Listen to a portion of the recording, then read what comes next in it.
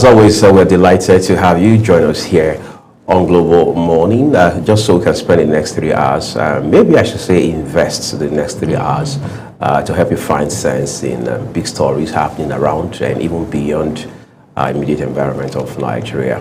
I'm Uyag Mofwebe saying thank you as always for making that very important decision to join us here on the program every other day of the week and weekend. And I'm Priscilla Obasi. Such a delight to have you here and, of course, our viewers watching this program. You know, I don't know how fair it would be like to accuse Priscilla of being the one who induced the rain this morning because, I mean, for the first time in a long while, I almost got trapped by the rain today. It was a serious one. For me, right. it was a very funny morning because I was just about to, you know, have my, well, not have my bath per se, but I was about to boil water and then the gas finished. And then I remembered Pengasin. And I remember Pengasin on the spot. You know, a lot of things were happening to me. Right. And then the rain and everything, man, it was not... Like I imagine. But then we're here. Yeah, exactly. We've been able to weather the storm, as they say. That's one very interesting aspect of the job that we do as broadcast journalists. There's never an excuse. I mean, the show must go on. That's one of our basic mantras. But just yesterday, a sad piece of news came through that Nigeria has lost one of its very finest. Dr. Christopher Kolade, of course, now deceased. A man that many people had looked up to as, well, beacon of hope, excellence, and of course, integrity. He had been several things to not just himself, his family, or immediate community, but to the country as a whole. He had been a diplomat, one of the finest of them, right? At one time, he was basically Nigeria's ambassador to the United Kingdom. He had been a teacher per excellence. He had been public administrator. I mean, several things in one. And since yesterday, when that news broke, people have been sharing memories of him. Some of them who had the privilege of meeting him in person. For those who didn't meet him, but they also have shared about the impact, very, very positive impact that his life and times had on their lives. So I think for those of us who are still here, I mean, those of us who are still alive, Priscilla, when you look at people like this, because my people say when, I mean, it's an adage actually, right? When you have a new, when a community gets a new head, like a community head, that new community head has got to be very careful to listen to how they judge the late community head, because what they say about the late one is the determining factor as to how he should live and lead. So when we talk about people like Dr. Kolade now, it's a reminder that the rest of us must take responsibility, whether we are in government or out of government, because how we live, the choices we make, the decisions that we take, how we impact people, how we do our work, how we treat others. These are very, very important issues that we have to continue to reflect on, especially for people who have already set example for us, such as this. It's not every day we find people who pass away and everybody has something nice to say about them, all right, regardless of where they come from, the kind of faith they practiced, and what have you. Because this was a man, for example, in the heat of the Shopee controversy under former President Goodluck Jonathan, he just took a bow. He just resigned quietly. There was no drama about it. He was not accused of anything. He just felt he couldn't, I mean, he afford to be caught in that sort of web, all right? And he took a bow. For those who say, by the way, that Nigerians don't resign when the need arises, at least Dr. Christopher Kolade proved us wrong on that front. Absolutely. There are still good people, whether we like it or not, that exist. The fact that I think people like to becloud their experiences based on, you know, their, you know, they like to project their views based on their experiences. Right. Yeah, someone said that recently, and I also agree with that. You know, you're coming from an environment where it has been toxic. You believe that every human being out there is toxic. So it's basically about your experiences. Your experiences shape your personality to a very large extent. So the whole narrative of, you know, we don't have good leaders and all of that, I don't think it's entirely true. There's good people, and I believe more good people will emerge. Yes. I'm glad we're blessed with quite a number of good people in this country. Some of them may not be home, but at least they are Nigerians before they are anything else. All right, so the program is just getting started. We're taking a break now. When we return, the rest of it will be on your way. Do stay with us.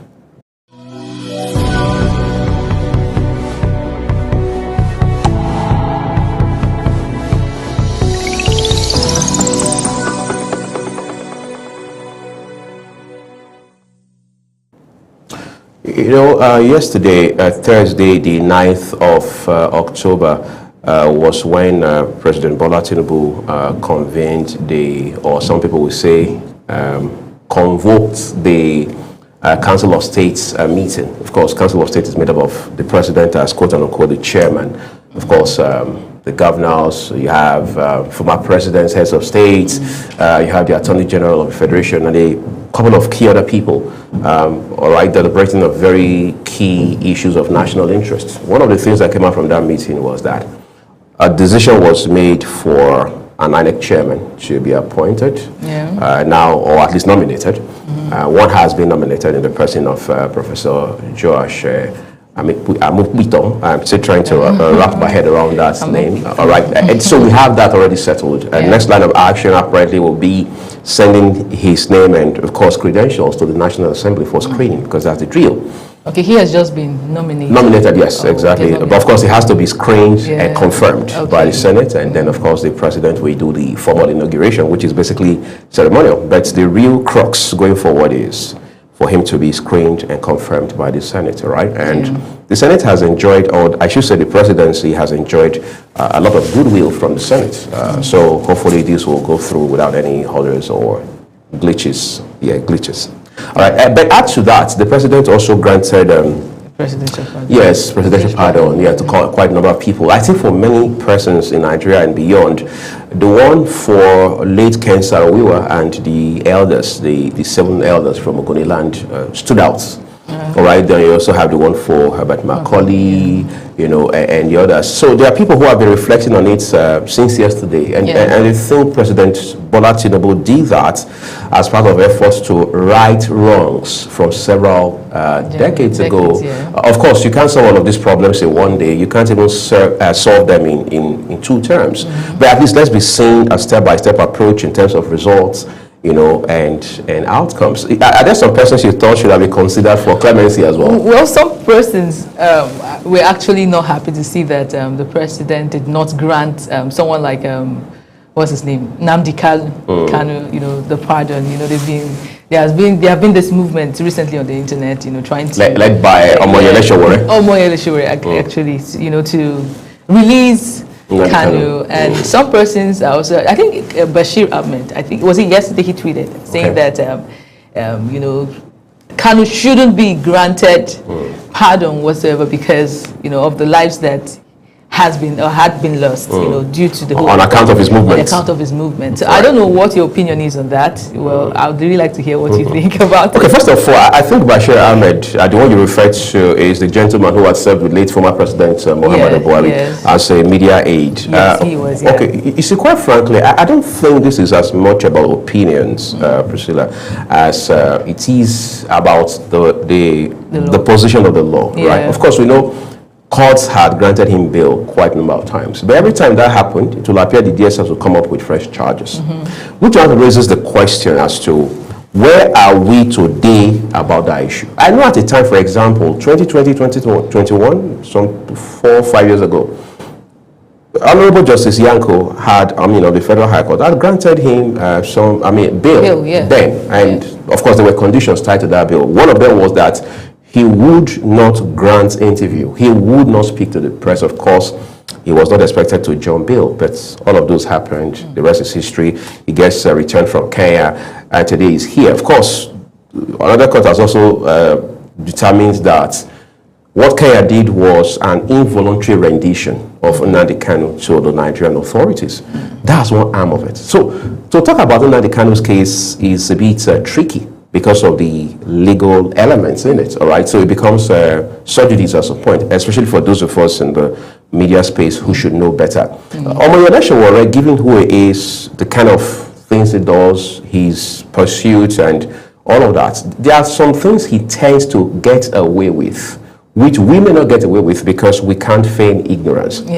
However, the Kanu case becomes very more interesting because we have seen people who say, governors in the Southeast, in particular, across the 5 states, Bonny to Anambra, should take responsibility, form or forge a common front to approach the federal government and see what efforts can be made at ensuring that a political solution is found to this issue. But the question is, what exactly does political solution mean in this context? That's number one. Number two, if you say political solution, you also need to weigh that against the gravity or the weight of the charges that have been leveled against him. This is a man whom the authorities have alleged is the one that has been sponsoring the mayhem across the Southeast. Of course, you and I know the carnage that we're seeing in the Southeast. We may not have been directly impacted, but we have friends, we have people. My mom, for example, was from Anambra State. I'm married to an Igbo woman, for example. So, yeah, so I may be in Abuja, but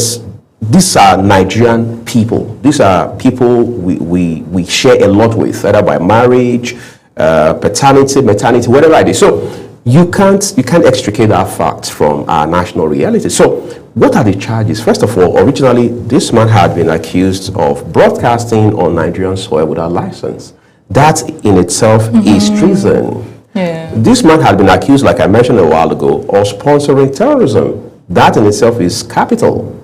This same man has been accused of several other things, including being in illegal possession of firearms and all of that. So question is, I mean, these are rhetorical questions, really. Is it possible to find political solution in this regard? We'll say, for example, where Governor Charles Soludo of Anambra State had gone to see him in DSS custody.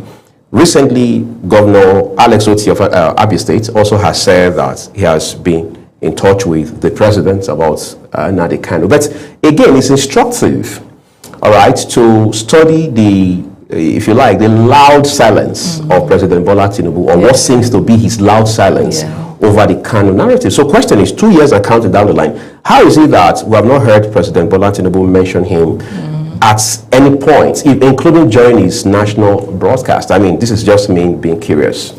Well, I think ultimately, whatever political solution should, hinge on whether he is repentant of whatever accusation. Is he remorseful? Is he remorseful? I think that should be all. And if we have seen, the president's silence on this, I think somehow it reflects that aspect of it, or whether he has been remorseful or not. So whatever it is, right, whatever solution comes, or whatever solution will be given to it, we don't want to release and then Nnamdi Kanu that tomorrow goes back, still replicates and does more. It makes it look like the country is not serious or does not know what it's doing. Exactly. I know presidents, no government will tolerate that. Exactly. All right.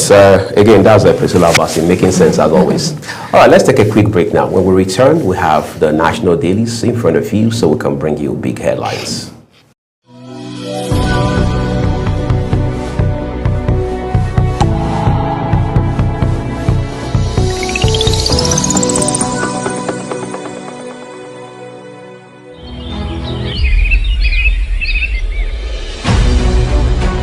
Global Morning is your top morning show here on Global Television. We bring you fresh news updates daily while delving into a variety of current affairs and topics.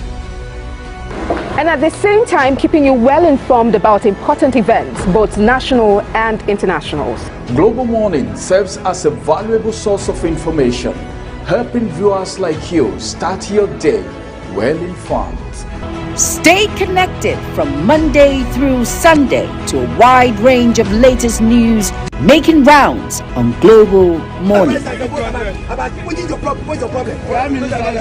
on the road to protest. And the president meets all of our demands.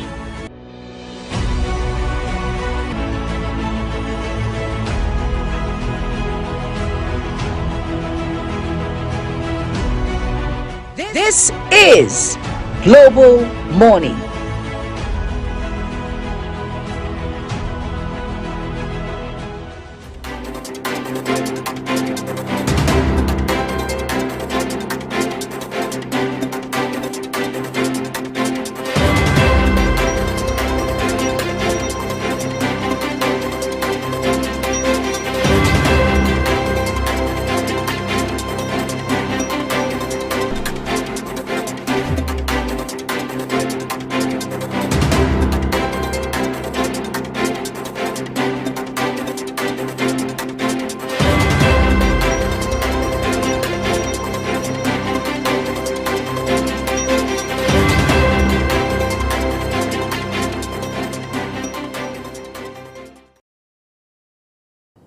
All right, thank you very much for staying with us. Right now, we dive straight to national dailies, where we give context to the conversation of today. And we'll start with the Daily Trust, with the very first story just below the nameplate that says, Israel, Hamas signed Gaza ceasefire deal. That detail is right there on page 10.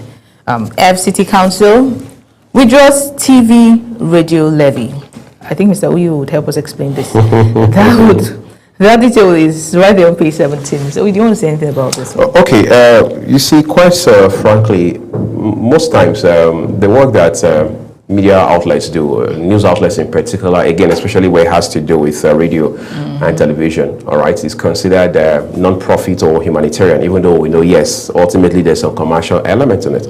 Perhaps the FCT is doing this in preparation for the new tax law that kicks in January of next year. Because at this point in time, the issue of multiple taxation, or what some experts have come to term multiple levy, should not be one of the challenges we're dealing with as a country anymore. So there has to be that clarity going forward. It's also possible is one of the part of the effort, I should say, to continue to strengthen ease of doing business. Otherwise, people will feel overwhelmed with all of the financial costs that they have to incur on account of doing business. So, in all, I think this is a step in the right direction, which the FCT has just done. All right, thank you for that clarity. Let's go to the next story, which is how the new income tax, now talking about tax, how the new income tax will affect you. I think we need to have a tax expert to come explain this. Yeah, to help us unbundle the misconceptions. A lot of Nigerians are getting scared, you know, where they do not need to get scared. And some people are not even enlightened properly to, you know, how to go about the situation. But we need an expert to break it down. Let's go to the big story here that says, Amopiton and his records. Right there, how he should lead INEC, and that is coming from parties. I'm sure that Amin Piton has received thousands of calls just after his announcement. His announcement, because he is a key figure in the 2027 elections. Well, if eventually he becomes the chairman. Let's go to the next story that says Tinubu pardons Vasta, Farouk Lawan, and others. That's talking about the presidential pardon that was granted yesterday. You find that detail on page 5. The next story, Christopher Olukolade dies at 92, and I think that's quite yes, Christopher Kolade, quite a ripe age. Quite a ripe age. Okay, let's go to the next story. Reps probe $18 billion spent on refineries. Detail is page 12. Finally, we have APC disqualifies 2 Ekiti governorship aspirants, dissolves Enugu ESCOs, and that detail is on page 13 of the Daily Trust. Read up details, to get yourself in tuned with that story, those stories there. Let's go to the next paper, which is the Punch. We'll have Uyi take us through that. Oh, thank you, Priska. So let's take a look at the Punch newspaper. Top right corner first. The headline, incidentally, here has a picture of Minister for Education, Dr. Moruf Alausa. It says federal government moves to audit varsities over hedge fund grants. Of course, the federal government has asked the various institutions, beneficiary institutions, that is, to submit their reports, their spending, or if you like, financial reports, all right, as quickly as possible. That is important. So their books can be checked, all I's dotted and T's crossed as well. Tinubu clears 959 for national honors. National Assembly probes an NPCL over $18 billion refineries spending. That's case is as you should say tough as it comes. Then the Star headline tells us Amopiton faces tough test as new INEC chair. That goes without saying. There are 2 riders to that headline. Opposition warns against partisanship, demands urgent reforms. Appointment, or it says here, Tinubu APC defend appointment, urge fairness, credibility. Incidentally, credibility doesn't mean the same thing for one politician as it does for the other, especially when it has to do with election and outcomes in Nigeria. But we do hope that it will be a case where the best man will always win, regardless of who they are, where they come from, or who they know. All right, Customs sees 1.9 billion naira hard drugs expired floor at Seme border. Bottom right, Tinubu Oshun mourn as Christopher Holiday dies. As expected, that headline is replicated across major dailies today, and is going to be part of conversations on multiple platforms as well. Policeman forgets cap in Ogun student's car after extortion. What a way to leave a trail. How can you forget your cap as a law enforcement agent? That's a beautiful evidence. In a student's car, yes, after an alleged extortion. Police back down on tinted glass enforcement. Yes, we understand that is on hold now. So let's see what happens going forward, even though the police have said it is for security reasons. Okay, read up those details from the Punch newspaper today as we move on to The Guardian now. Okay, on The Guardian, the very first story above the nameplates, top left corner, you have Senate blocks 2026 fiscal plan pending, review of post-spending. You find that detail on page 3. Court extends order freezing Osun's local government's withheld bank accounts, and you find that detail on page 3. The next story is Tinubu Anyoku mourns passing of Christopher Kolade, and that detail is on page 6.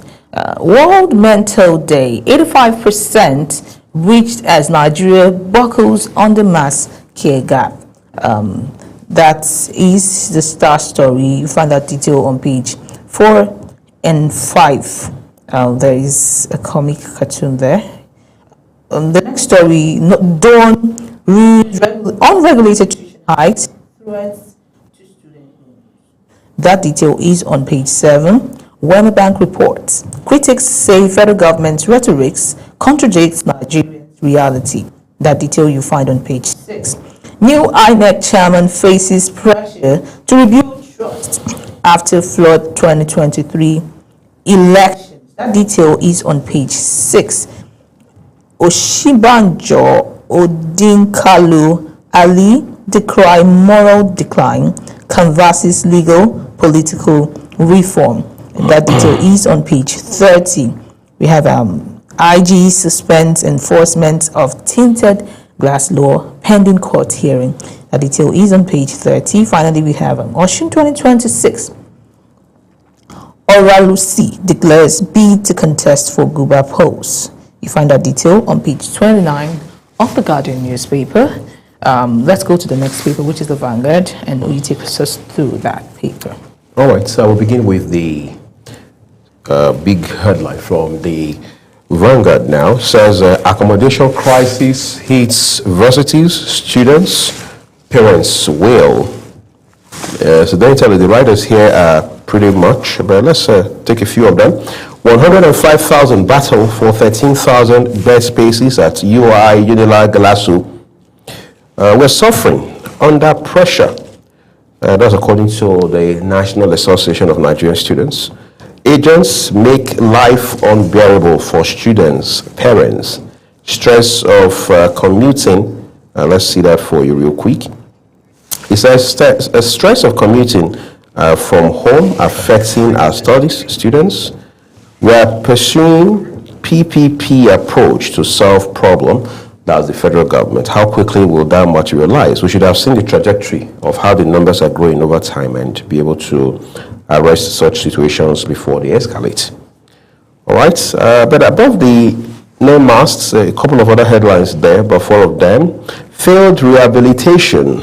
Reps order probe into $18 billion spent on refineries. Clemency, Tinubu pardons Herbert Macaulay, Ugoli 9, Vatsa Lawan. Police arrest 12 suspects behind death of Arise News anchor Somto Chukwu. I think that's a good place to start from. Yeah. Maybe that's part of what it means when we say that justice must prevail. Above the head, NIMAS thought together says power. Bilateral companies owe Nigeria $8.5 million. That's according to the NERC, Nigeria Electricity Regulatory Commission. All right. New INEC chair. Nigerians parties set agenda for Amukpito. Then Council of States approves appointment. ADC to Amukpito says well, we can't quite see that, but a number of writers there for you. Okay. And then as we go further down, tinted glass. Why police halted permits enforcement? What's the reason? You can read up details on page 3 of today's issue of the Vanguard newspaper. All right. Tinubu Moss ex-UK envoy Christopher Collady at 92. Then a bit of sports, finally, says World Cup qualifiers, we must beat Lesotho, Benin. That's credited to Super Eagles star NDD. All right, you go pick up a copy of the Vanguard and find details as we move over to the Daily Sun now. Okay, so on the Daily Sun, besides the nameplates there, is the first story. Tinubu pardons Vatsa Lawan, grants clemency to 82 prisoners, grants national honors to Herbert Macaulay, 959 Nigerians, Bill Gates. And that detail is on page 8 of that, page 6, I beg your pardon, of that paper. The next story, Amukpito gets Council of State, Nod as INEC chair. There's a writer to that story that says, Obasanjo Abdusalami absent, President to send name to Senate for confirmation. The star story there says, forest guards storm bushes to flush out bandits, kidnappers. That detail is on page 4. There are two writers to that. NSA reveals federal government's action plan. Senate holds executive session. SANU NASU protests delay in implementation of 2009 negotiation. A writer there says, Bemon suffering of members. That detail is on page 27. Presidency rejects Showere's plan to free Nnamdi Kanu's protest. You find that detail on page 26. Tinubu Sanwo-Olu mourns Kolade, and you find that detail on page 28. And finally, we have Wema Bank's verdict. ADC mocks Tinubu, says his economic policies have ruined lives. That detail is on page 26 of the Daily Sun. Read up details by getting your copy. Let's go to the next paper, which is the Daily Monitor, which takes us through that. All right. Well, let's begin from above the nameplates for you. Top right corner of the paper, as we mentioned earlier, it is here again. Veteran broadcaster and diplomat Kolade dies at 93. Tinubu Abbas mourn. NLC queries speedy granting of injunctions, ex-party orders by court against workers. NEPSA clarifies 10-year strike ban in free trade zones, including Dangote Refinery. All right, but is that feasible? Well, those details are on page 2. You can read for perspective. Council of State approves Professor Amukpito as INEC chairman. World Bank report shows Tinubu's policies deepening poverty in Nigeria. That's credited to African Democratic Congress, ADC, with a picture of their spokesperson there, Abdullahi Bolaji. All right, here the big one says, release Nnamdi Kanu now, Atiku charges federal government. Okay. Two writers condemns prolonged detention of IPOB leader, says federal government's continued defiance of court rulings that granted Kanu bail and assault on justice. Okay. Tinubu pardons Herbert Macaulay. VATSA grants clemency to 82 inmates. Those are pretty much the headlines from the Daily Monitor today. It's Friday, so leadership has a special print for you today, and Priscilla has those headlines for us.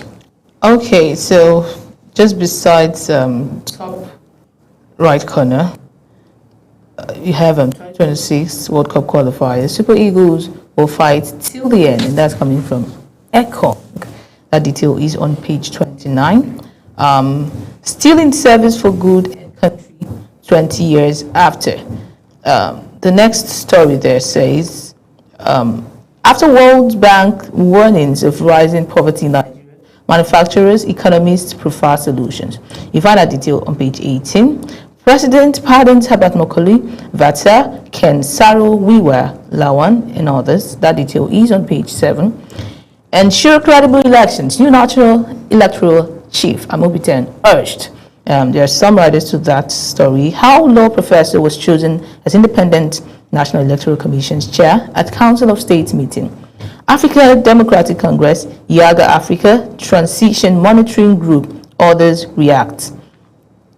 Okay, Nigerian Electoral Commission chairman, and that's, his detail, his biography is somewhere there on that paper. We have the next story that will be on politics. It's Senate suspends 2026 budget consideration over accountability concern. Tackle instability in North, WFP tells the government. You find that detail on page 12.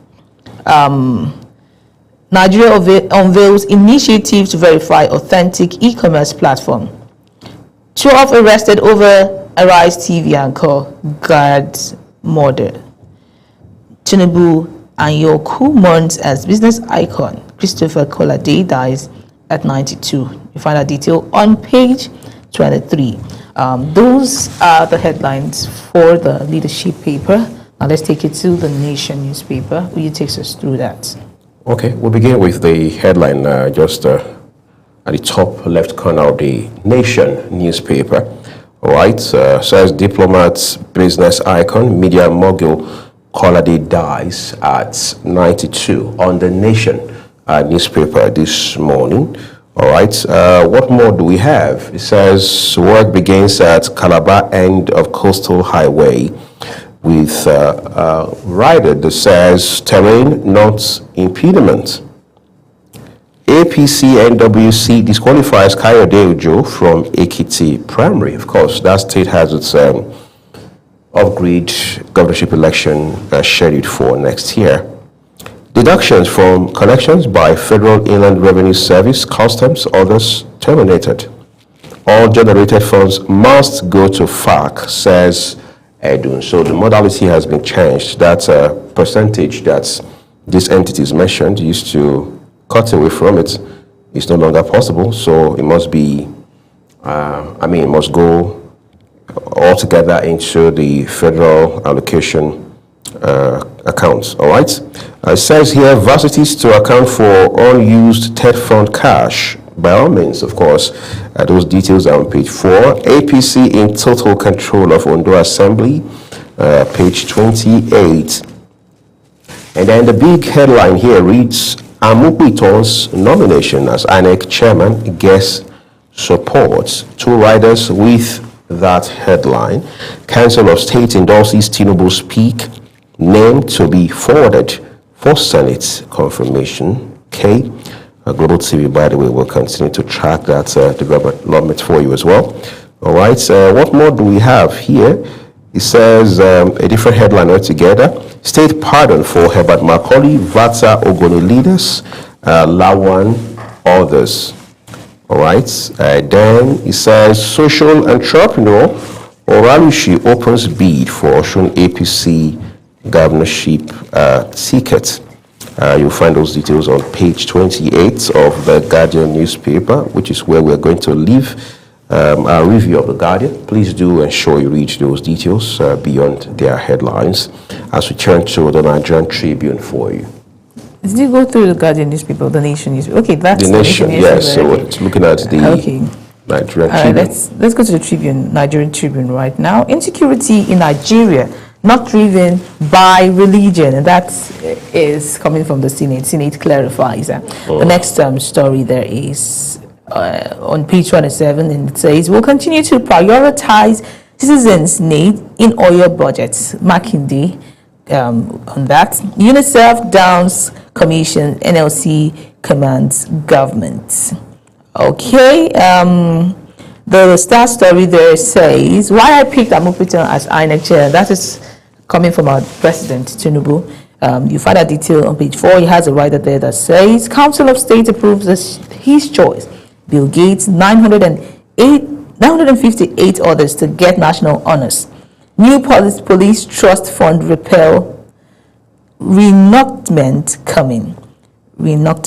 And that's detail you find on page 4, like I said. Ekiti governor primaries, APC disqualifies Kayode Ojo. A writer there that says sacks Enugu State Working Committee to conduct public hearing for amendment of party's constitution. That detail is on page 11. Osun local government withheld funds, case adjourned. A writer there says court extends order freezing bank accounts. Osun AGS Council opposes PDP APC join their applications. That detail is on page 3. Tinubu leads tribute as Christopher Kolade dies at 92. A writer, his life and times. You find that detail on page 22. APC chieftain Oralusi joins Osun governorship race. That detail is on page 11. Tinubu pardons Herbert Macaulay, Vatsa Lawan, grants amnesty to 82 inmates. You find that detail on page 4 of the Nigerian Tribune. That will be it for the Nigerian Tribune. Read up details to get yourself more informed. Let's go to the business day now. All right, it's time for business. Okay, so we begin with the big one on the front page of the business day for you. Here it says Nigerian cinema grosses 12 billion naira, inclusive 2024 haul. That's on the business day newspaper. All right, well, that sounds like progress, incremental. What's more, here it says Nigerian SMEs compete for relevance in AFTA era. That's talking about the African Free Trade Continental Agreement, which has been trying to find some bites and plant at least one foot on the ground the entire time. We do hope it succeeds because it will help drive and foster cross-country business across the continent.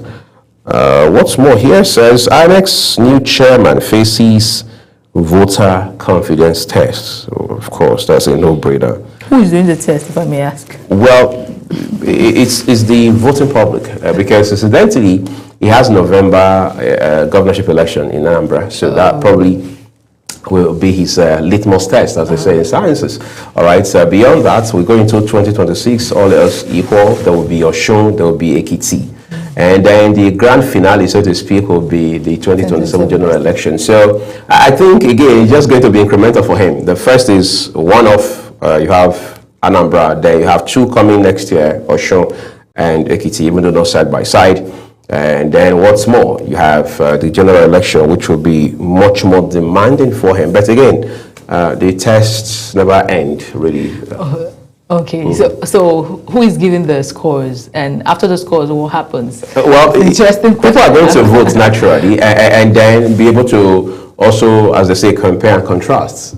Someone just left the office, Professor Mahmoud Yakubu. Someone was also there before him, and just I had conversations, a couple of them this week on TV and off TV, and my guests just instinctively or impulsively found ways of comparing Professor Jagaya with Professor Mahmoud Yakubu in terms of innovation, in terms of leadership, in terms of the peculiarity of the challenges they also had to deal with.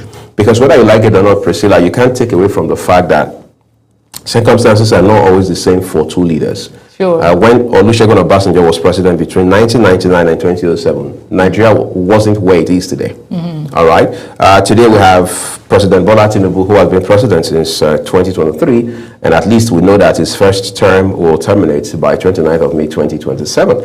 It's also not the same experience exactly. So while we do these comparisons and try to contrast, we must be sure, must be careful to ensure that we are not also being unrealistic in terms of the peculiar nature of challenges that these people had to deal with. Because at the point, if you recall, I'm sure you do, INEC only had the paper card, all right, which you had to laminate. Of course, later we had the PVC, and then we had the smart card reader, which was also problematic, even though we had to experiment with that for a while. And today we have the biomodal voter accreditation system, the BVAS, and then of course we'll be having the conversation back and forth as to was there server, was there no server. But you see, all of these teething problems should help shape and better structure electoral process. That's what it means. If we expect it to be perfect and become like what we have in America just today, that would be like Nollywood story. I was going to cite America in your conversation. I think we're very empathetic in this part of the world. It's a good thing, but sometimes, we cannot hear this kind of things, developed words and saying we cannot compare two different times and peculiar challenges and all of that. You have to perform. If you have been called to do a task, you say, I am capable, then you have to do whatever you can do to even become better, because it has to get better. We cannot keep comparing situations, and saying peculiarities and all of that, and then, in the bid of being empathetic, it looks like we're going backwards. No, we don't have to go backward. Okay, I'll give you an example. So this is 1999. We're just transitioning from the military era. Yeah. Now, the man who became head of INEC at that time, by the way, that was God rest his soul, Honorable Justice Ephraim Akpata, right? Yeah. The challenge he dealt with in 1999 for a commission that was, in a sense, being reset, cannot be compared to what Jega inherited, or what Professor Mahmoud inherited, or better still, what Professor Amukwito is inheriting now. So that's the context of saying peculiarity. However, you cannot excuse failure in leadership, because you have two options. The good book says, he who puts his hands on the plow doesn't look back, because if he does, he's not fit for whatever it is. Yes. All right? But the point being made here is that there's just so much people can do under whatever circumstances they've been called to serve. However, I think the challenge we have in Nigeria is that there's hardly sincerity of purpose. Exactly. Because the motivation for public office, whether elective or appointive, is always what is in it for me, as against service. I'll give you an example. You and I have mentioned US already, so let's go all the way. Some 3 years ago, I think it was, former governor of New York, Andrew Cuomo, whose brother, Chris Cuomo, was a senior anchor on CNN at the time, was forced to resign. I use the word advisedly forced, because at the point he looked like he was reluctant, or some people would say recalcitrant. What was the reason? A bunch of women had come forward to say he had assaulted them. And now, what this lady interestingly referred to as assaults or sexual harassment in Nigeria is what even women wave up and say, these were no serious. You understand? But again, this is the US.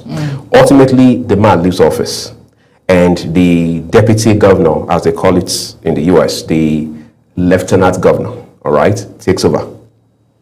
Now, here's the thing.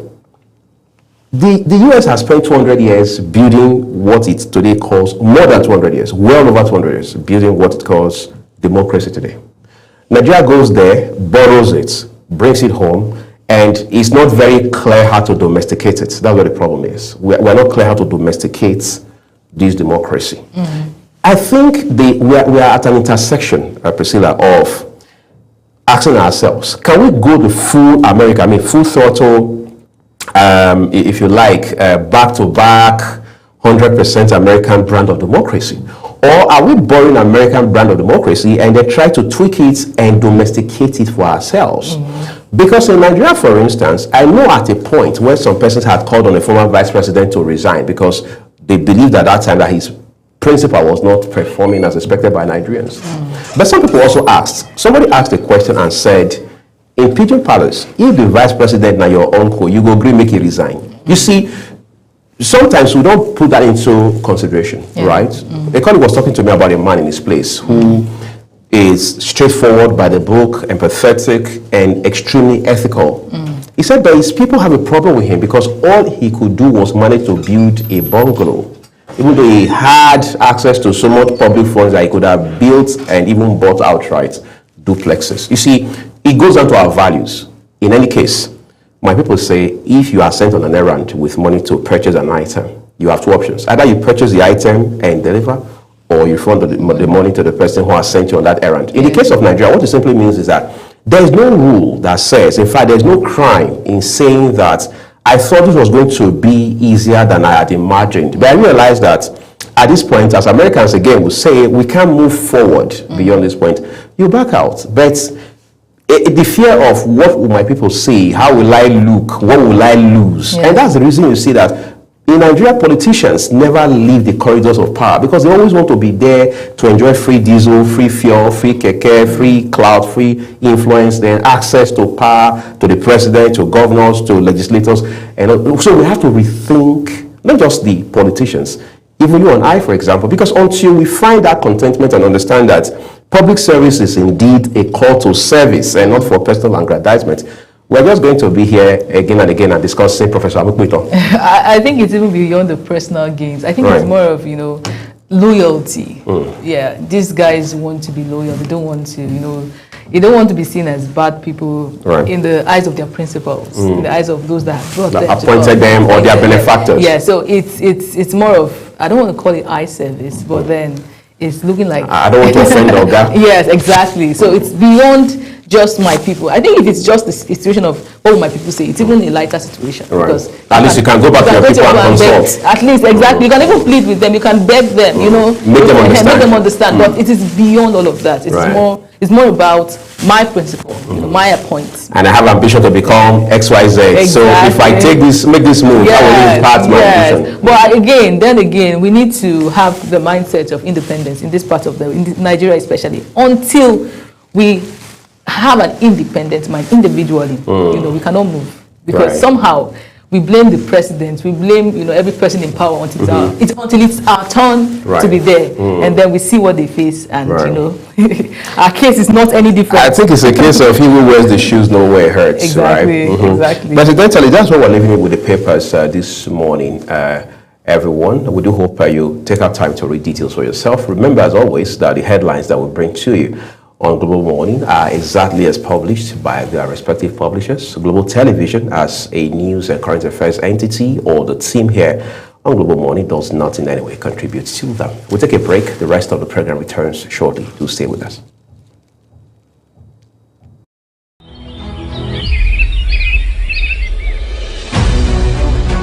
Global Morning is your top morning show here on Global Television.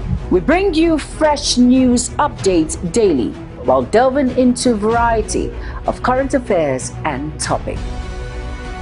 And at the same time, keeping you well informed about important events, both national and international. Global Morning serves as a valuable source of information, helping viewers like you start your day well informed. Stay connected from Monday through Sunday to a wide range of latest news making rounds on Global Morning. We're on the road to protest. And the president meets all of our demands.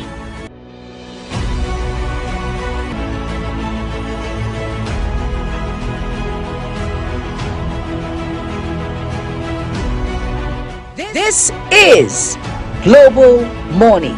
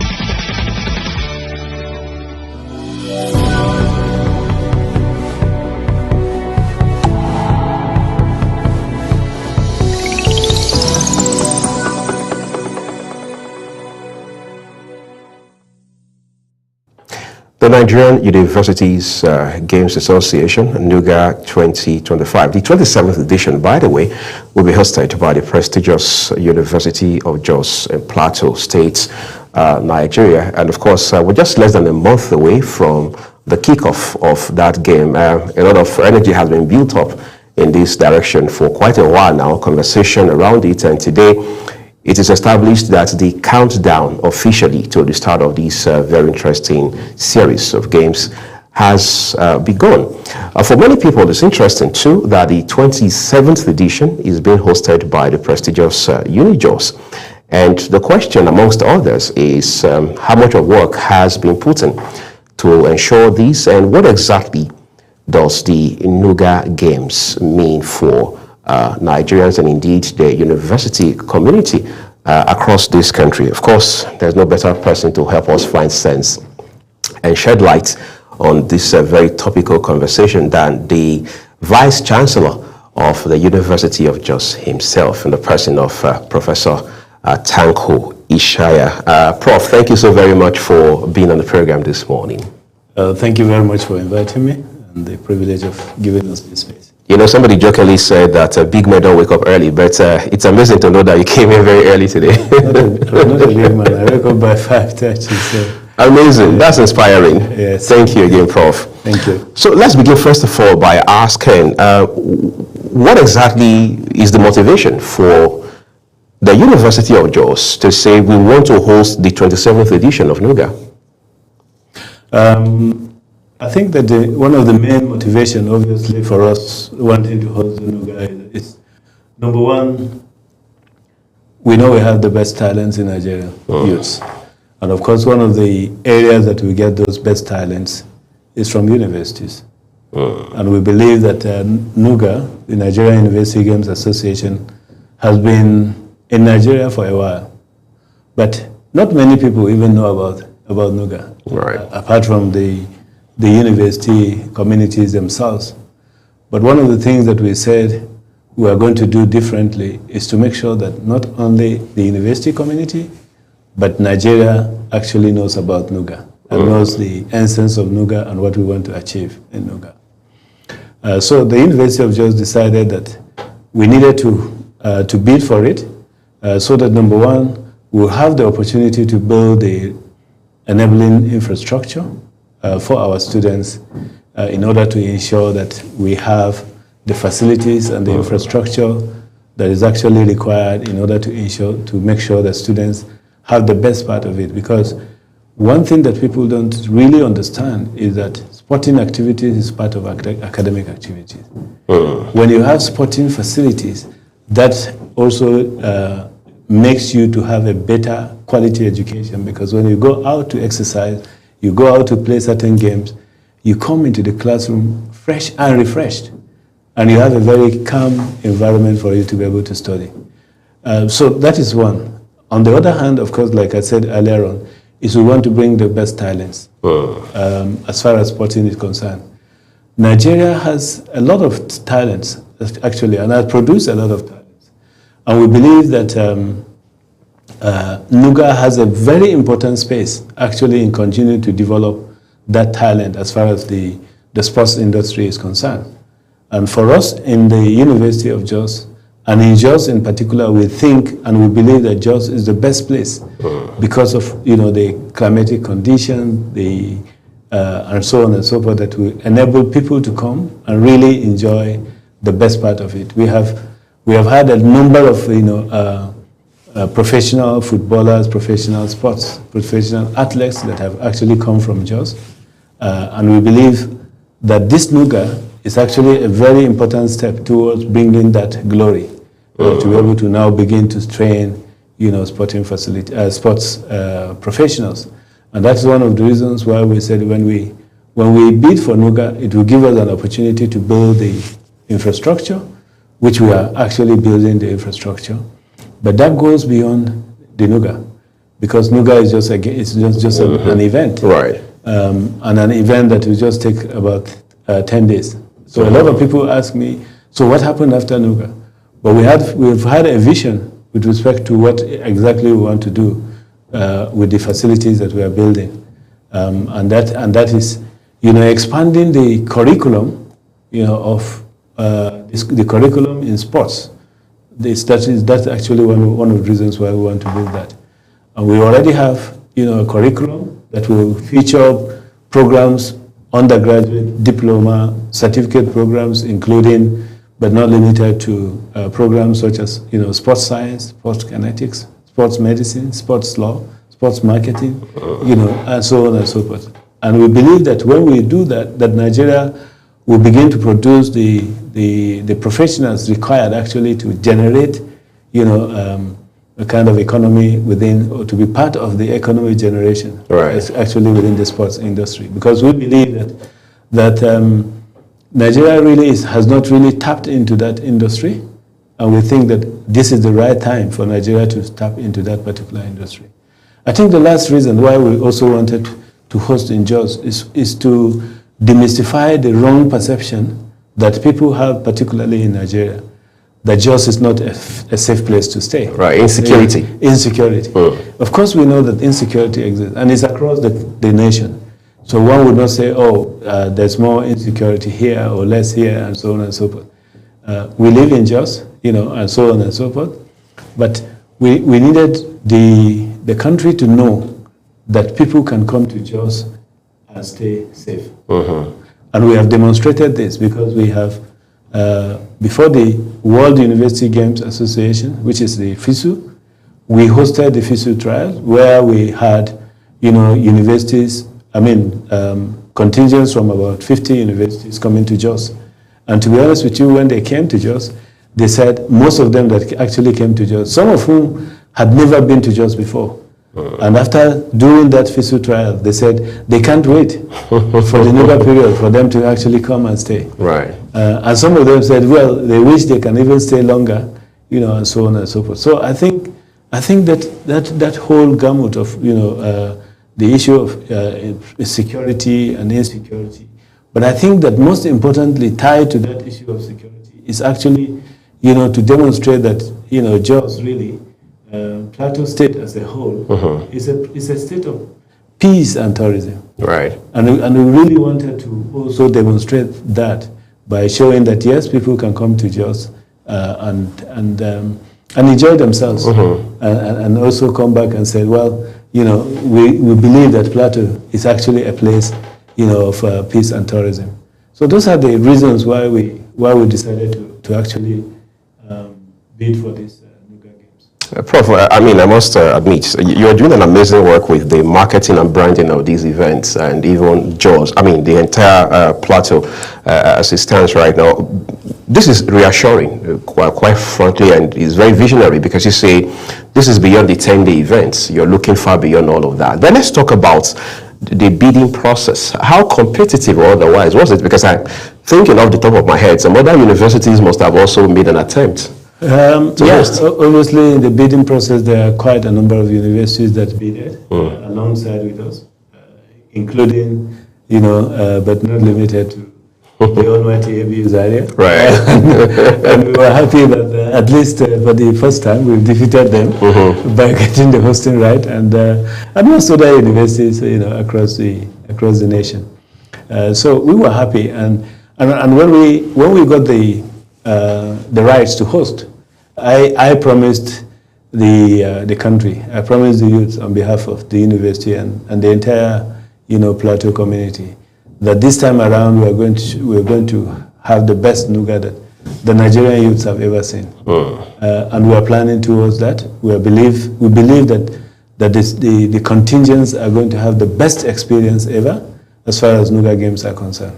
All right, let's talk about the economics of it, because at some point, beyond the games, the events, the razzmatazz and what have you, it still has to boil down to Naira and Kobo. What is the economic benefits inherent in this for University of Jos, for the entire Plateau community? I think, it's down to Naira and Kobo, absolutely. But I think that, number one of the things that we need to bear in mind is that the universities generally provide social services. Right. So as far as the university is concerned, we're not hosting this for any particular monetary benefit. We are hosting this in order to train, in order to bring out the skills, of these young skills from young academics, young students, because we believe that is what we are supposed to be doing. Right. What we do in the university, of course, is to create the future, and by creating the future, I mean by developing the human capital in all ramifications, in various fields, various academic fields.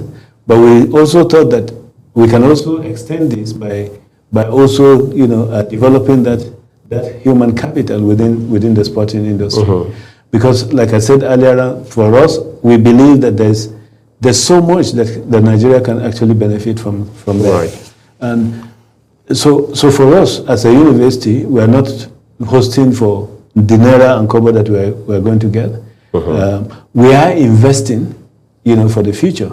We are more or less spending more funds from the university, from various organizations, from spirited individuals that have donated, are still donating, to make sure that we host this particular Anuga. But we are not expecting anything out of that.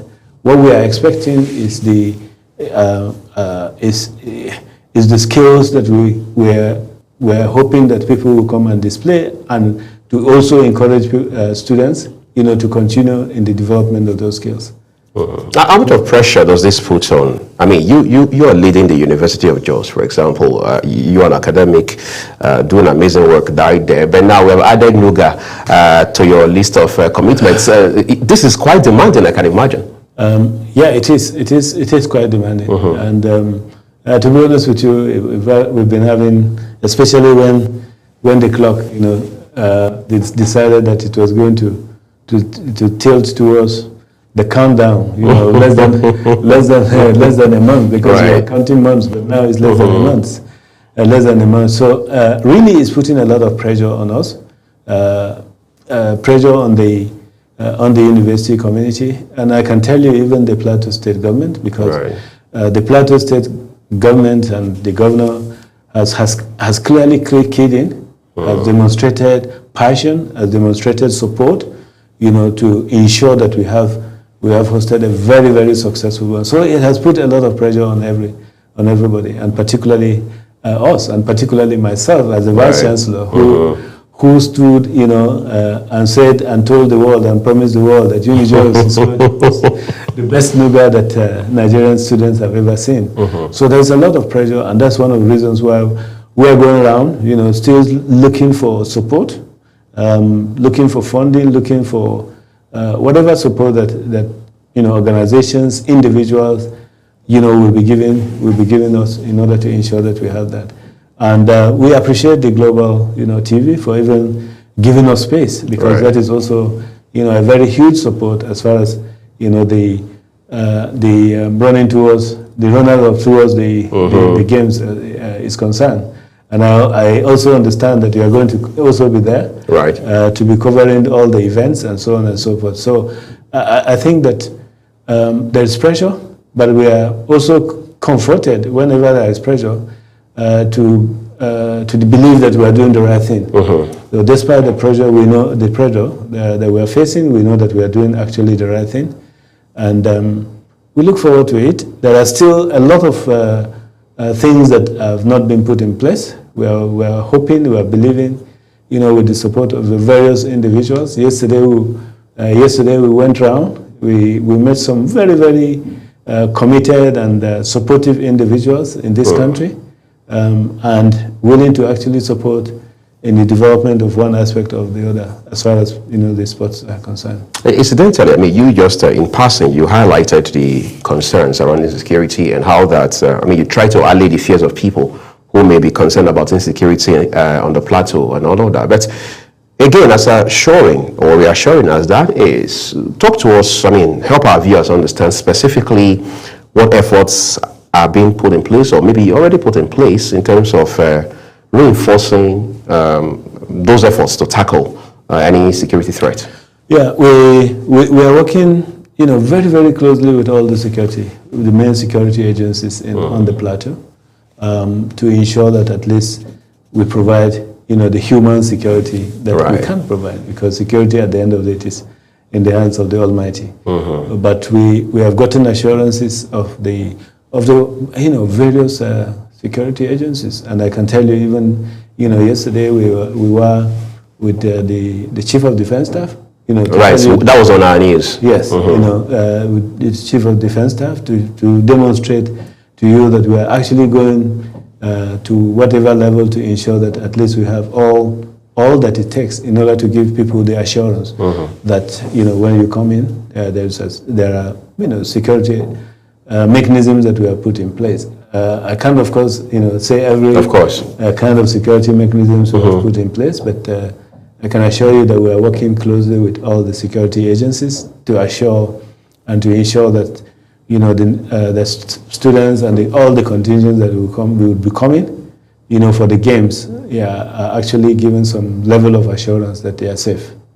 It's interesting that these games are coming on. NUGA is in its 27th edition, incidentally being hosted by your prestigious institution. When you look at schools abroad, especially the Global West, you look at Canada, US, UK, for example, some universities or colleges, as they are called, are more expensive than others just because of the games. That sort of thing. In Nigeria, have we been able to adopt that sort of model yet, or is that what we're trying to achieve by continuing to drive NUGA?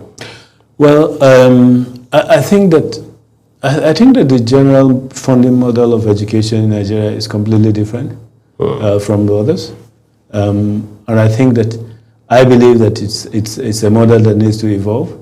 Right. Because the fundamental model that we have as far as funding university education in Nigeria is the what we call the envelope based, and that is not based on our experiences.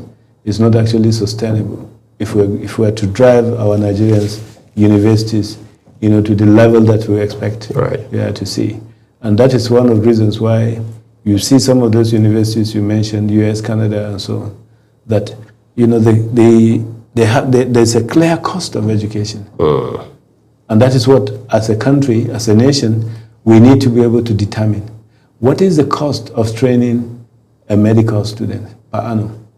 What is the cost of training a lawyer, per annum? We may have known it here in this country, but we're not implementing that model. Right. In other parts of the world, that is what they are implementing. There's a cost, associated to the training of any particular professional or any particular course. Whether government pays for it or individuals pay for it, now somebody will have to pay for that education. But unfortunately, we adopt that concept of, free education, and unfortunately, every Nigerian believes that, every Nigerian likes something that is free. Right. So you find that people come to universities believing that a university is free, but of course we need to put this infrastructure. We need to provide, first class. And someone needs to pay for it. And someone needs to pay for it. So if the government is carrying so much that it cannot pay for it, so I think that the government needs to really look at this model, because somebody must have to pay for it. The infrastructure that we are building, someone is helping, people, individuals are helping, organizations are helping. In other parts of the world, you find that like you rightly said, if you're going to a particular university, there are universities in the US that you pay to the tune of 50-something thousand pounds per annum, and they've captured all this. They've captured, they need to maintain the facilities. It is from the tuition fee that all these things, including teaching and so on, that needs to actually be maintained. So I think it's important that we capture this point, and I think it's important that we continue to review, the model and the sustainability of our higher education. Thankfully, we have, a Minister of Education that is very, very proactive, very pragmatic, very innovative, and I believe that Dr. Tunji Lausa, the Minister of Education, is in the right position because he has also gotten an international perspective. He's in the right position to really reposition our universities. And one of that aspect of repositioning is the funding aspect. Right. The funding aspect, like you say, appears to be the elephant in the room. But again, yes, because of the peculiarity of our environment. I understand, Prof, you're not primarily here to talk about our education system, but it will appear you can't extricate one from the other. I mean, sports within universities and education as a whole. Now Fund was introduced under the leadership of President Bola Tinubu. Some people say it's the right step in the right direction because it's similar to the model that many of these advanced countries are adopted. But they say endowment, like you find with prestigious universities abroad, is still one element that we are either neglecting or just don't care about. Can we integrate all those as well, given the uniqueness of our environment? Yeah, I think that my experience, because I've been in the UK education sector for over 15 years, and therefore I also understand their particular models. Right. I think that there needs to be some clarity on what needs. I mean, when we talk about the sustainability of education, number one, endowments. When we talk about endowments are for specific aspects or functions of the university. So you find somebody that will say, oh, I'm going to endow X amount of money, but I'm endowing it basically for scholarships to help, maybe indigenous students and so on and so on. Right. And you find someone, and that is one of the reasons why here in Nigeria, we look for most of those best universities in the world to apply for scholarships. And we get a lot of scholarships in places like Europe, Canada, America, and so on and so forth. Some of those scholarships that we get to go and study is as a result of some individual endowments or some organizations that actually endow. Now, endowments don't come every now and then. They come from time to time and it's based on individuals. In most cases, you can't plan. Around it. You can't plan, you cannot plan the academic activities around it. Because planning academic activities means that, I'm starting a semester in November. I need to provide reagents for, science students to be able to do their practicals. I need to update the lecture theaters. I need to, provide lighting and so on and so forth. So there's that recurrent cost. Now the difference is that for those universities that has tuition, it is that tuition that they calculate. So students actually pay for that tuition, or if it is the government that pays for it, like I know, for instance, a model in Kenya and other African countries, there is that cost, and you find that in some cases the government will say, for medicine, we can only pay for so space. And then the university can decide, for example, if the university had 150 space, the government can say, well, we can only pay for 100 for the cost of, training medical students. And then the university can now say, well, we have remaining 50 space, individuals who can afford to pay, and their children or wards have the required qualifications to get into those courses, can apply, and they pay. Right. So these are some of the models that we need to look at. Having said that, universities in Nigeria have been exploring, quite a lot of endowments. As far as, for instance, the University of Jos is concerned, we have had, two endowments from very spirited individuals.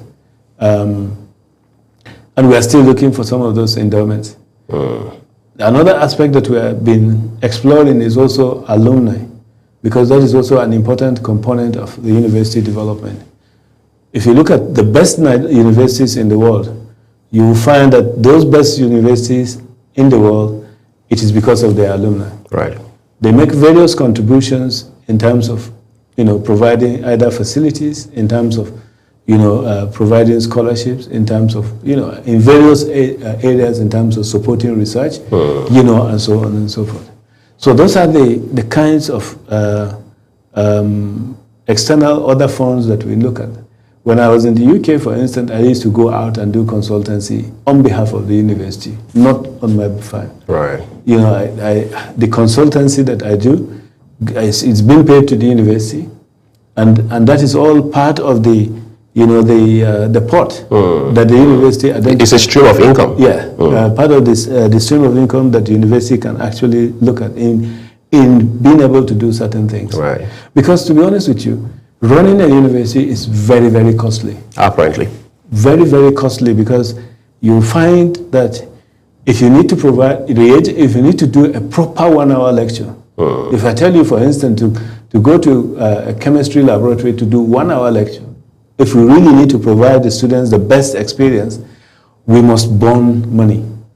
And what I mean by must burn money is that we must acquire reagents, right, and those reagents are burnt for students to see how things work. Hands-on. Yeah, to see hands-on. But if we don't have the money to be able to buy those reagents, you find lecturers just going to the classroom, providing explanations, but students are not actually saying, right, you know, the hands-on experience, you know, what happens and so on and so forth. So it's an expensive, unfortunately, even though for us we provide a social service, but we need either government or however, you know, where we can actually generate the funds to be able to provide that social service. Let's begin to wind things down, Prof. At the turn of this current century, we'll see how that universities, particularly public universities across this country, have evolved a kind of model in such a way that they are able to go into business ventures. We've seen some of them produce bottled water. We've seen shopping malls. We've seen even fuel stations, for instance. Is that sufficient, or is still scratching the surface? It's still scratching the surface. It's still scratching the surface because we have water. We have some of these businesses, right? But it will only service another aspect of the university activity. You know, for example, when you have a shopping mall, we're having a shopping mall in order to provide students, you know, some of the services. Right. And whatever that comes out of that shopping mall, we do it in a way that we can only able to sustain this shopping mall. So for students and staff to be able to have benefit, you know, rather than going to town, spending the cost of transportation. So we're more or less doing that in order to save some cost for staff and students, rather than generating, you know, huge profit. And the little profits, again, that we get from running such businesses are also, you know, utilized in order to either expand the business and so on and so forth. But we don't, for example, we don't produce water and sell water and then get the profit from that water and say, okay, we have a computer laboratory that needs 50 systems. We don't have systems. How can we buy 50, you know, computer systems for that department? We can't use that money to say, well, electricity, you know, my electricity bill is about 80 to 100 million a month. We can't say, okay, let's take that money to be able to pay for electricity. Otherwise, we'll be killing the business. Right. So those are some of the things that I think we need to look at. I think that the best reason why, my experience, one of the reasons why you see some of those universities in other countries is that there is a sustainable model. And that sustainable model is what I'm talking about. That needs to be institutionalized. Any other streams is actually, you know, working towards supporting and stabilizing it's complementary aspect and complementing certain aspect of university provision. So, Prof, let's go end it where we started from. Again, we'll go back to UniJust and NUGA 27th edition. Yes. What do we intend to do? By we, I'm talking about the prestigious University of Jos with the talents that will emerge from this event.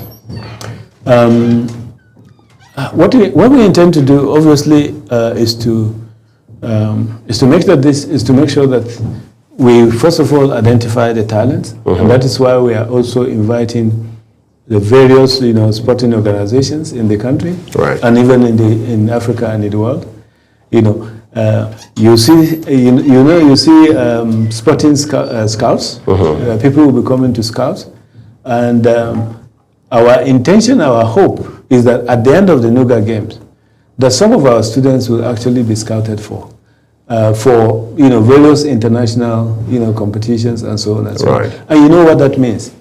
If you get just 1, 2, 5 individuals who will be playing international tournaments, what comes back to the country is huge economic gain, and that's one of the things that we actually aim to provide. But I think that the most important one and the first aspect actually is to make sure that we have an environment where students can come and enjoy themselves, because sporting is actually enjoying. Those that are watching and those that are actually playing. That indeed we have universities where the concept of just coming to the university is not just going into the classroom all the time, seeing lecturers and so on and so forth, but that there's also part of the social aspect of it, and the sporting part of it is actually very, very important and instrumental in ensuring that comprehensive social, emotional, and economic development of a human being. So that's for us is what we need to, what we expect to achieve immediately. Interesting. Prof, I know you are the VC of the school, but you're also a youth at heart. So I'd like to see what sporting event you'll be getting involved in once the game starts in November. Well, I used to play volley. Maybe I can still play a little bit of it. And I used to also play football, not in a professional manner, but just to keep my body... At least for physical exercise. For physical exercise, exactly. I'd like to say a big thank you to you, Professor Tanko Ishaya, for coming to share with us this morning regarding your upcoming event, NUGA 27th edition, being hosted by the prestigious University of Jos. We're wishing you all the best, and Global Television will continue to cover the 10-day event so we can bring the highlights to all of our viewers. We're taking a quick break, everyone. When we return, the rest of the program continues. Please don't go away.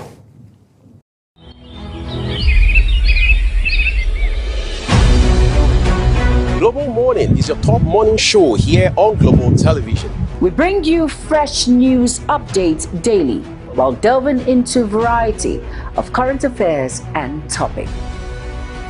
And at the same time, keeping you well informed about important events, both national and international. Global Morning serves as a valuable source of information, helping viewers like you start your day well informed. Stay connected from Monday through Sunday to a wide range of latest news making rounds on Global Morning. The president meets all of our demands.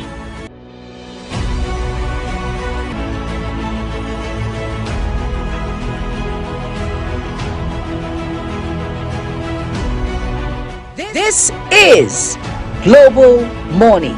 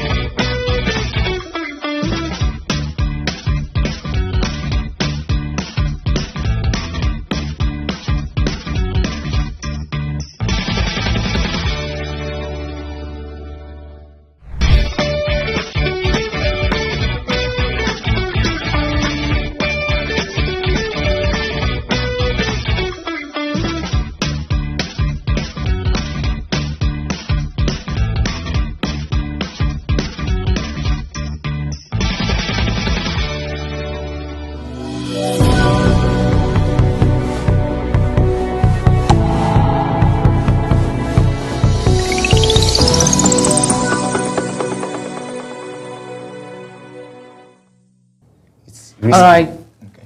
Morning and welcome back to Global Morning. We are right here on the second segment of the conversation. Now, today we're going to turn our attention to one of the biggest struggles in Nigeria, and that is shelter, housing. Across the country, the cost of living keeps climbing. Rent prices actually hitting the roof, you know. You just wake up to see a notice from your landlord if you are staying in a rented apartment, and the conversation continues. Building materials also, they say, are skyrocketing, and many Nigerians, to many Nigerians, the dream of actually owning a home feels further away than ever. You know, the cement land ownership, from the urban planning to affordable housing policies. The question remains: how can Nigerians survive the housing crisis while the economy keeps tightening? Now, joining me to unpack this conversation is a seasoned architect. He is a housing development expert, and he has, of course, years of experience studying how, you know, the built environment affects our everyday survival. And he is none other but Armstrong Bala. You're welcome to the show this morning, sir. Thank you very much. Okay, so let's begin broadly. Why has housing... Well, let me start with your journey into architecture. Okay. Right, let's just have a quick summary of, you know, how you have come this far. Well, the journey has been so amazing. Okay. And if there is anything I would say about this journey, is the fact that architecture for me is an interesting one. Because there's a whole lot about architecture as it has to do with the environment, how to make the environment livable for people. And for me, it's one of the things I've always wanted to do. Okay. Why has housing become one of the biggest symbols of Nigeria's economic hardship today? Why do you think that is? Some people say landlords, you know, come just increase their rent, and some of these landlords, it's not as if they are building houses, they are not renovating, whatever, but, you know, there's just the rise, you know, in the housing sector. Why do you think that is? Well, a few days ago, I had different, at two occasions. Let me talk about this one. Recently, I got talking with my landlord, and I asked him to do a few things in the house where I stay. And he told me he's not going to do it. And I asked him, you just increased the house rent almost by 50%. Wow. Right? So you've increased the house rent by 50%, and I'm asking you to come and maintain my house. And you are telling me you are not going to do it. Yet you want me to pay the increased fee. So I was like, he said, of course, if I'm not ready to remain in the house, I can as well leave. So this is what most residents are actually going through in Nigeria. Landlords, they just wake up in the morning and they feel because there is inflation, they just increase the cost of the houses, the rents.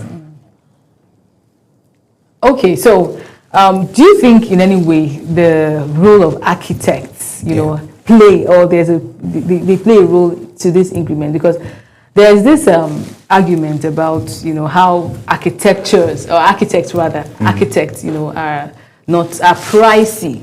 You get, and somehow there's also the argument on, you know, the role of engineers versus the role of architects. You know, so if an architect, let me just directly ask, if an architect, you know, is part of the project, does it in any way increase the price, you know, the, you know, cost of putting that project together, say a building project? Okay, an architect being involved in a project plays a great role in terms of the product that comes out from it, in terms of the use of materials. An architect is the one who designed the plan.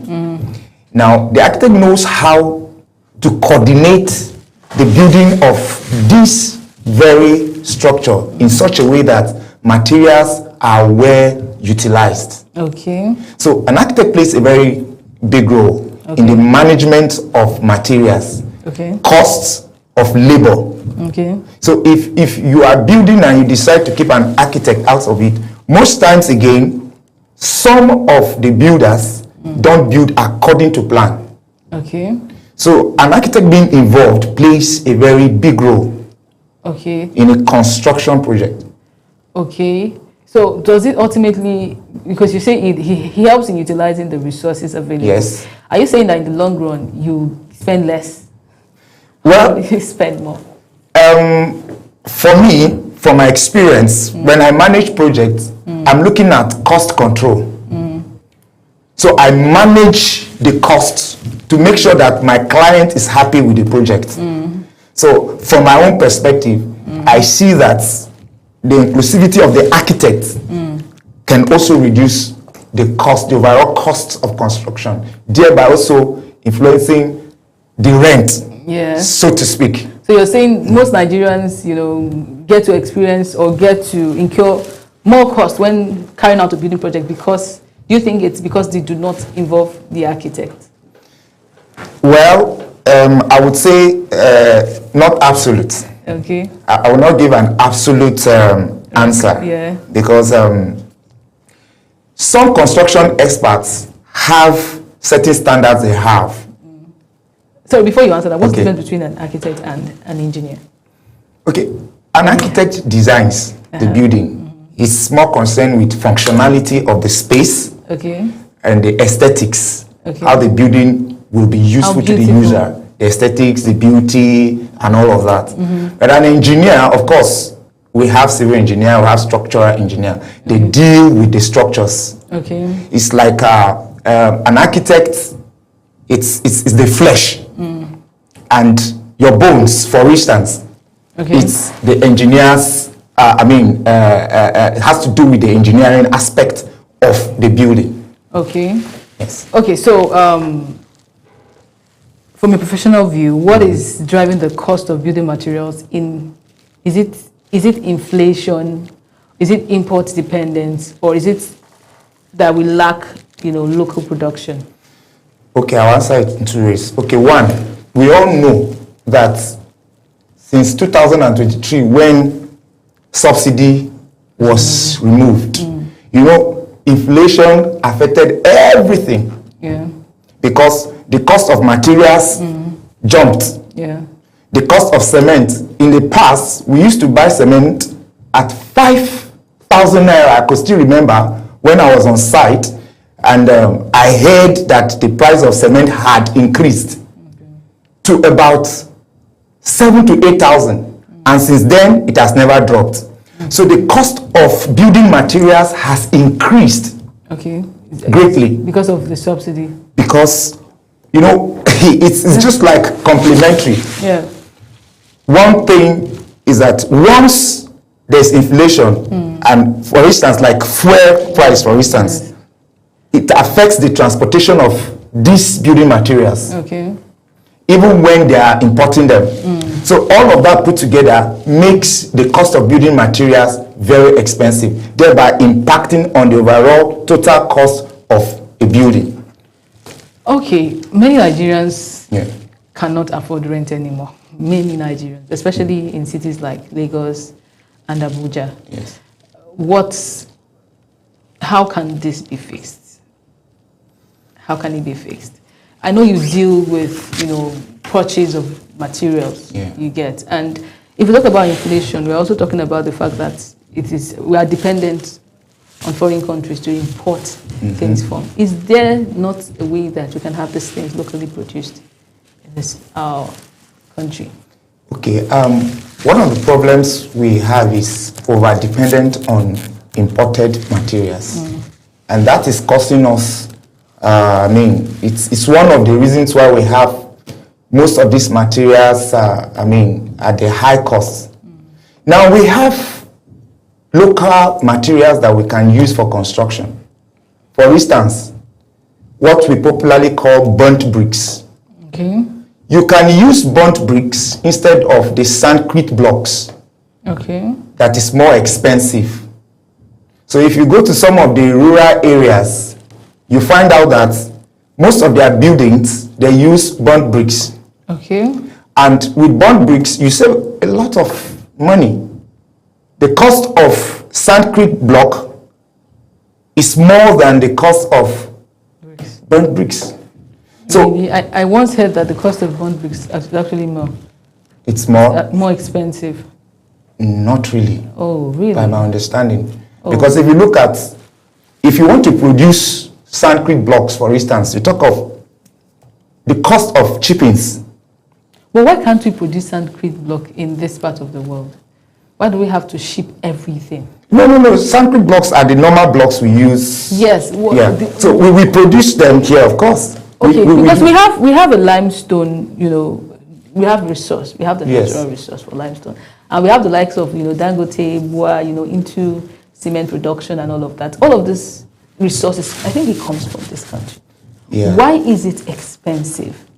Is it that there's, a foul play that goes on in the, building industry that, because someone came out to say every business has its secrets. Mm-hmm. And some, especially in this part of the world, we want to always make profit. Yeah. We want to make profit in 100% profit most of the times. And when we see that some other the common man is not enlightened or do not have access to this knowledge, we hoard the knowledge and we use it to extort people. Do you think there's a level of extortion going on in this sector? Yes, there is. There is, because we don't have regulation somehow in some of the areas. Like, for instance, let me cite an example. The cost of rebars, steel, the one we use for construction, there is no regulation of the prices. Even the quality of these rebars. For instance, you order for 16 mm steel. You don't really get full 16 mm because there's no regulation. So people do what they want. They bring in these materials and they place whatever price they want. So because there's no regulation, it becomes difficult for you to regulate the cost of purchasing these materials. Absolutely. Yes.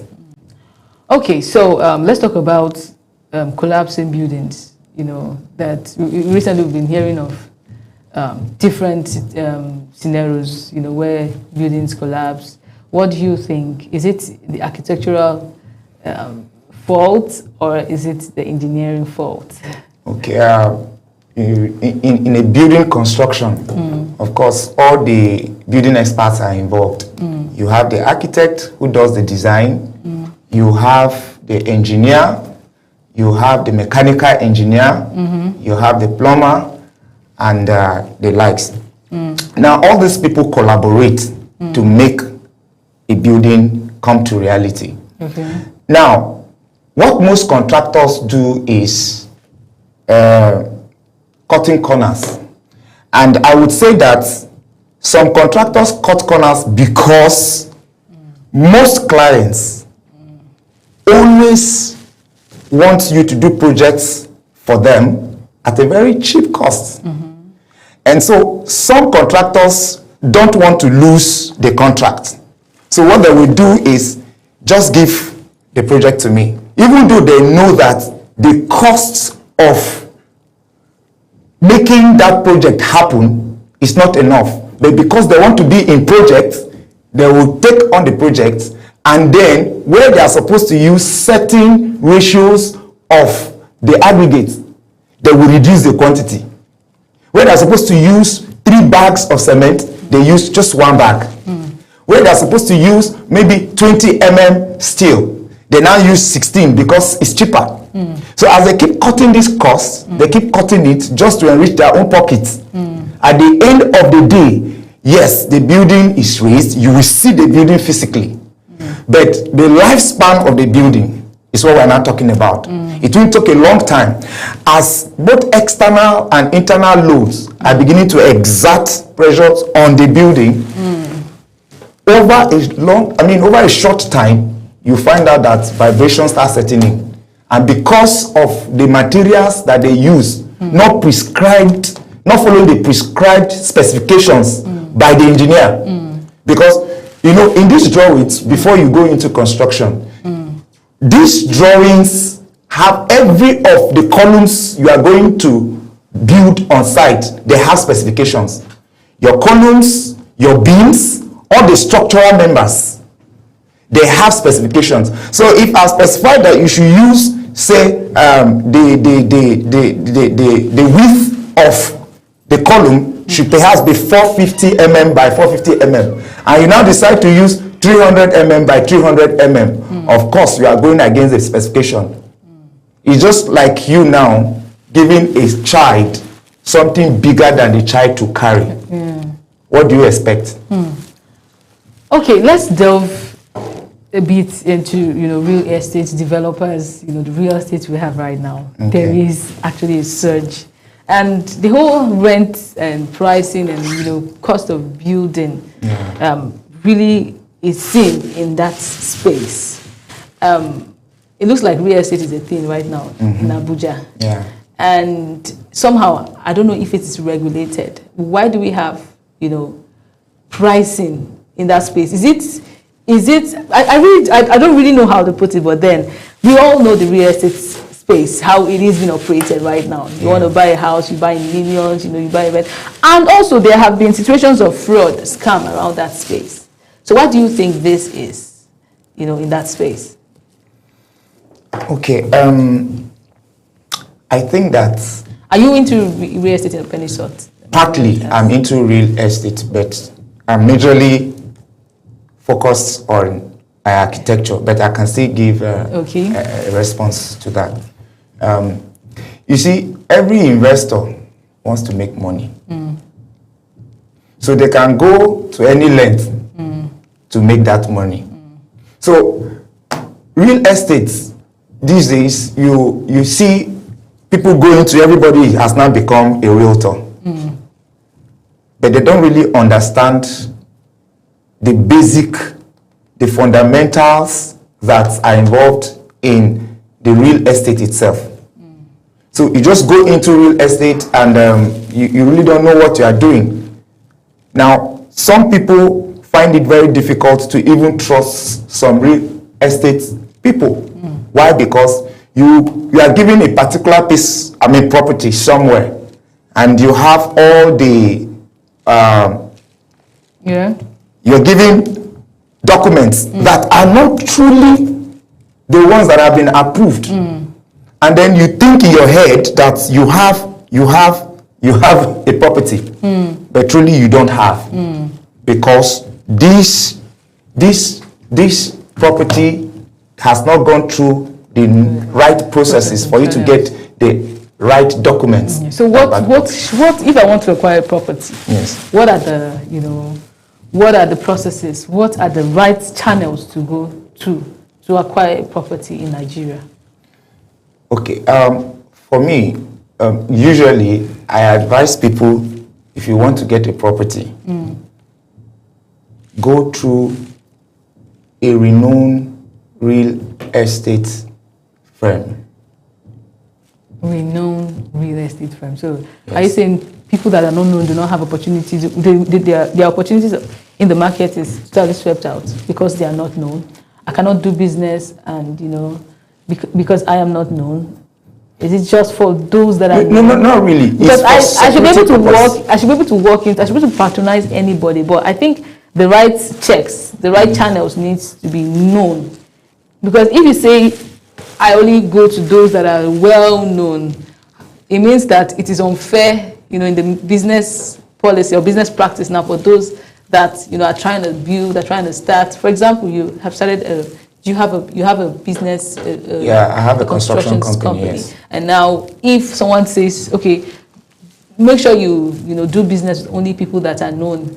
When you want to do construction businesses, how would that make you feel? Of course, it doesn't, I don't know how long you have started though. Yeah. But I know that you're still building, right? Yeah. You're growing. Yes. And of course, you should be given the chance to thrive even in that market space. So I believe that there are rules, there are things, there are checks that I need to just, know just on a basic level so that I don't fall into the wrong hands. On a basic level, if you are given a property, a piece of property, you are taken to a site and show that this property is available for sale. Yeah.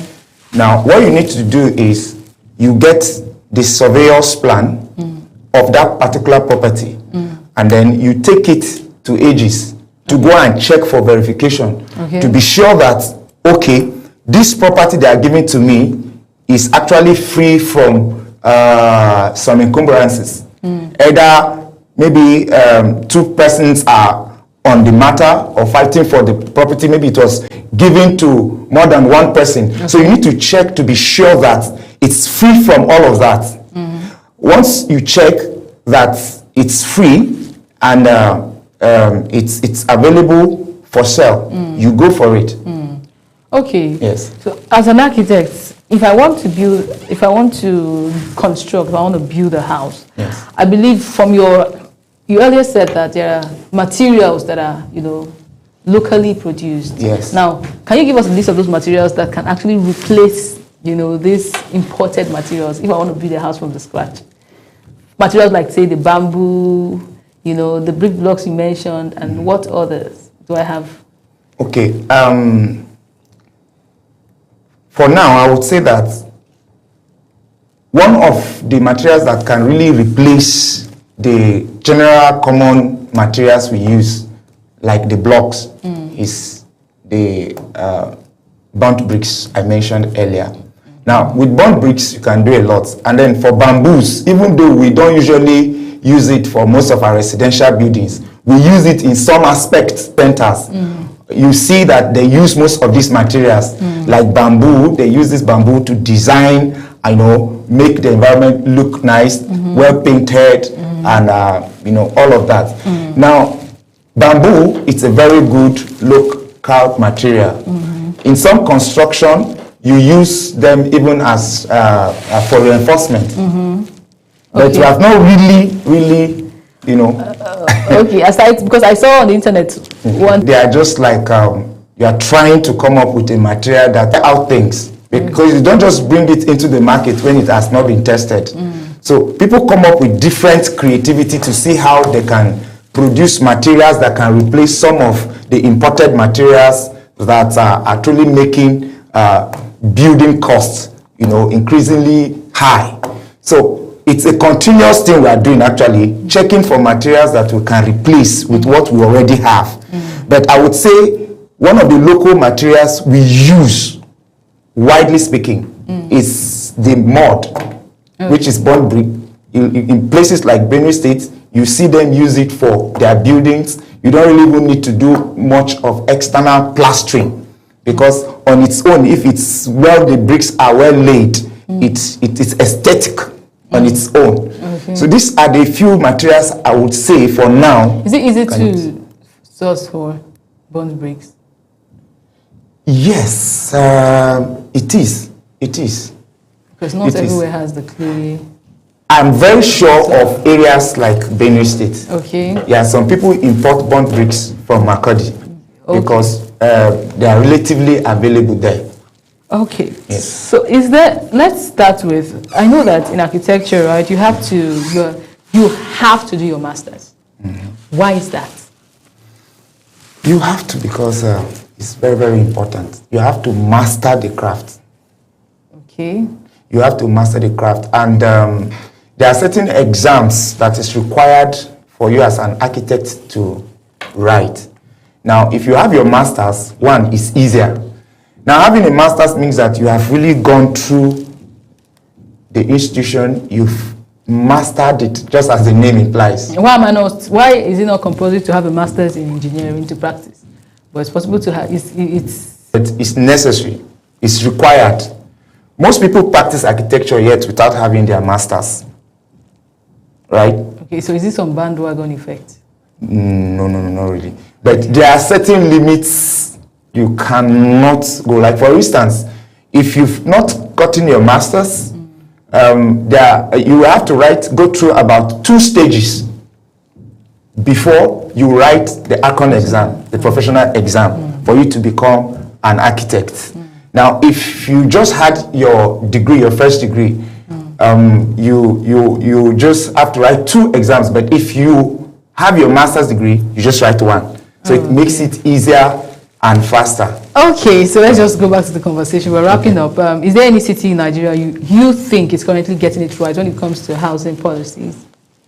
The situation in Nigeria, because our policies are really not helpful, I would say. I don't really have anyone, any of the states I can mention now to be following, the policies. I have not, I really can't wrap my mind on any. Yeah. Okay, so finally, how do you think public-private partnerships, between government developers and citizens can be made more accessible? Do you even think it's a welcome development? And if yes, how do you think it can be made accessible? Yes, partnership it's very, very important. And if the federal government and private developers can agree, we can truly come up with low-cost housing. They can come up with what we call, there's this program that I read about, and I think if we can buy into that, it will help with low-cost housing, rent to own. Rent to own is a situation whereby a tenant or a resident is given a house or rents a house, and then over the years, monthly he pays a certain amount, and probably for a span of 10 to 15 years, he now owns the house. So it now makes it easy for rent a house if they have to buy, a house or buy land. So if the federal government can come up with schemes like that, where an average low-income earner can, pay monthly, instrumentally, over a spanned period of time, it really go a long way to help low-income earners and even in housing. Okay, thank you very much. I think this is where we call it a wrap. It has been an insightful conversation. The housing conversation in Nigeria is not just about buildings per se, it's about survival as it is right now. It's about the security of every Nigerian out there. And if the cost of living keeps rising and the cost of building keeps, soaring, the Nigerian dream of really owning a house might, just be a dream that might never come to reality. So we'll continue to have these conversations, in order to make the situation or the conditions, better for the common man out there. But on this very segment of Global Morning, we call it a wrap. Thank you for being here with us, Armstrong. Thank you very much. And viewers, just stay tuned. Global Morning will be, wrapping up in a bit. Don't go anywhere.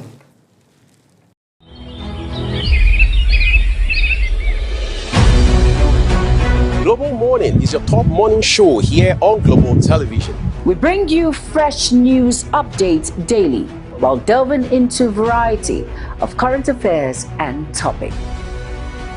And at the same time, keeping you well informed about important events, both national and international. Global Morning serves as a valuable source of information, helping viewers like you start your day well informed. Stay connected from Monday through Sunday to a wide range of latest news making rounds on Global Morning. We're on the road to protest. And the president meets all of our demands.